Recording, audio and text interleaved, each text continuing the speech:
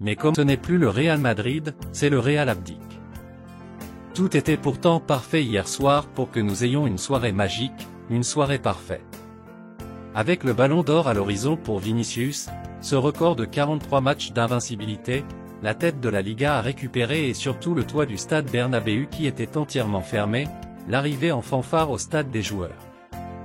Oui, tout était fait pour que Kylian Mbappé réalise son premier classico de la meilleure des manières. Mais non. C'est sans compter sur ce joueur éclaté que le PSG a eu la gentillesse de nous refourguer. Mais franchement, quelle est cette prestation de merde digne d'un joueur de la D4 que Kylian nous a proposé? Oui, bien sûr, je peux comprendre qu'il soit allé, une fois, 2 fois et 3 fois hors jeu. Mais au bout d'un moment tu es un grand gaillard, tu es un grand joueur, tu es cité parmi les plus grands joueurs du monde. Au bout d'un moment arrête. Arrête. Réfléchir. Tu as un cerveau, utilise-le. Le pire, c'est que même quand il est hors jeu et il le sait bien qu'il est hors jeu, il demande le ballon. J'aurais pu mettre Vinicius avec Camavinga comme les meilleurs madrilènes sur le terrain, mais difficile de trouver un bon madrilène alors que tu as perdu 0 contre 4. Et même Vinicius Junior qui est censé montrer l'exemple trouve le moyen de vendanger le seul magnifique geste individuel qu'il a pu avoir dans ce match après avoir effacé toute la défense du Barça. Mais pousse légèrement le ballon à Kylian ou enroule le ballon au second poteau. Mais non. Premier poteau. Mais malgré tout, c'est là qu'on constatait à quel point Vinicius est un génie.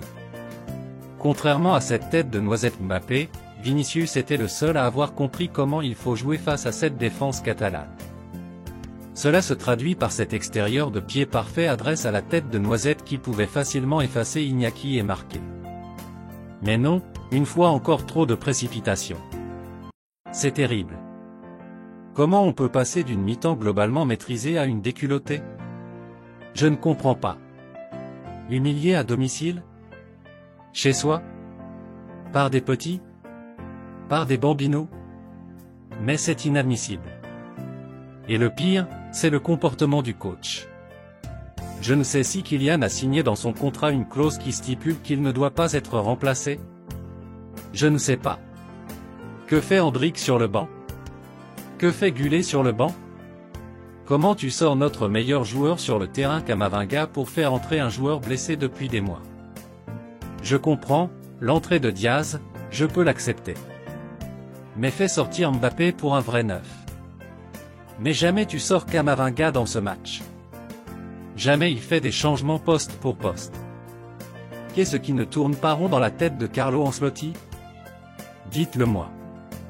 Et bizarrement, quand on lui demande en conférence de presse s'il faut acheter des joueurs, il dit, je cite, « Je n'ai pas demandé de joueurs, j'ai déjà les joueurs qu'il me faut. » La saison dernière, c'était pareil et nous avons remporté des titres.